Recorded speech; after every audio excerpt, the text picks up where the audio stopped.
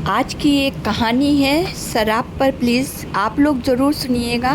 तो दोस्तों, कहानी इस प्रकार है कि एक महल में घुसने की 4 दरवाजे होते हैं। पहले दरवाजे पर एक गाय बंधी होती है और ऊपर लिखा होता है कि जो गाय को लात मारेगा वही प्रवेश कर सकता है। दूसरे दरवाजे के बाहर एक शराब की बोतल रखी होती है और ऊपर लिखा होता है कि जो शराब का सेवन करेगा वो ही प्रवेश कर सकता है। और तीसरे दरवाजे पर मांस रखा होता है और ऊपर लिखा होता है कि जो मांसाहार का सेवन करेगा वो ही अंदर आ सकता है।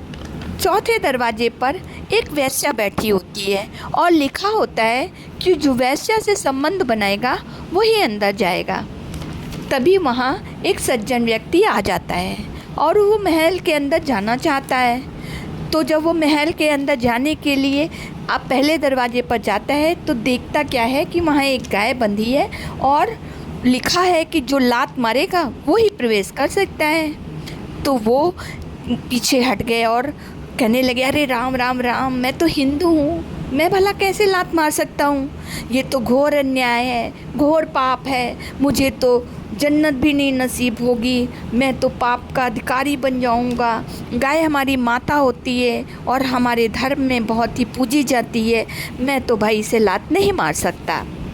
ये कहकर वो दूसरे दरवाजे की ओर चला जाता है और दूसरे दरवाजे पर जब जाता है तो देखता है कि दरवाजे पर एक शराब की बोतल रखी है और वे वहाँ पर लिखा होता है कि जो इसका सेवन करेगा वही अंदर आएगा।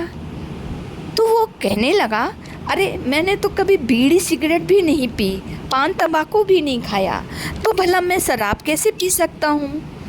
ये सोचकर वो और आगे बढ़ गया और तीसरे दरवाजे पर पहुँच गया। वहाँ पर गेट पर मांस रखा हुआ था और लिखा था कि जो मांस का सेवन करेगा वही अंदर आएगा। तो वो कहने लगा, अरे मैं तो हिंदू हूँ, मैं तो कभी शराब बीड़ी नहीं पिया, मैं भला मांस कैसे खा सकता हूँ? अरे राम राम राम, ये क्या अन्याय हो रहा है, ये कैसा घोर अपराध मुझसे होने जाएगा, मैं कभी नहीं इसे कर सकता हूँ, भला ऐसा कैसे हो सकता है, मैं तो हिंदू हूँ। ये कहकर वो चौथे दरवाजे पर गया। जब चौथे दरवाजे पर गया तो देखते हैं कि वहाँ एक वेश्या बैठी हुई है और लिखा होता है कि जो इससे संबंध बनाएगा वही महल के अंदर जा सकता है। तो वो व्यक्ति बोला और कहने लगा कि अरे इसे मैं कैसे छू सकता हूँ? दूसरी बहन बेटियों को छूना पाप है और इसकी उम्र की तो मेरी अपनी बेटियां हैं, भला मैं इसे कैसे छू सकता हूँ? इसके साथ कैसे संबंध बना सकता हूँ? और यह सोचकर वो बहुत सोच विचार करने लगा। बहुत सोच विचार करने के बाद उसने सोचा कि अंदर तो मुझे जाना ही पड़ेगा, बहुत ज़रूरी काम है, तो क्यों ना मैं शराब को ही पी लेता हूँ। भाई चलो आज थोड़ा सा शराब ही पी लेते हैं, वैसे तो मैंने कभी पिया नहीं, ना देखते हैं, जाना है तो पीना है और यही सबसे छोटा और सरल उपाय है। ये सोच कर वह पहले गेट पे गया और शराब की बोतल उठाई और पी लिया। जब उसने शराब पी लिया तो अब उसको शराब पीने के बाद जब नशा थोड़ा चढ़ा तो उसे लगा कि कुछ कड़वा चटपटा तीखा खाना चाहिए, कुछ उसका मन इन सब चीज़ों पर आने लगा। तो वो गया और तीसरे गेट पर मांस रखा था, वहाँ से उसने मांस उठा करके खा लिया।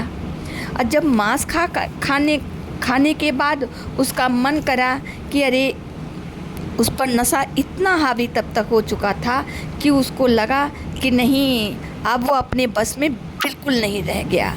अब वो भी नशे ने उसको इंसान से हैवान और जानवर बना दिया। अब वह नशे के वशीभूत होकर सीधा वेश्या के पास जाता है और उससे संबंध बना लेता है।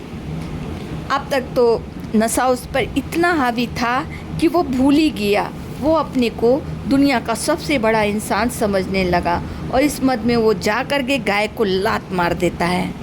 तो दोस्तों, मैं इस कहानी के माध्यम से आप लोगों को ये बताना और समझाना चाहती हूँ कि शराब एक छोटी सी चीज़ नहीं है। आप लोग देखिए कि एक शराब ने उससे वो तीनों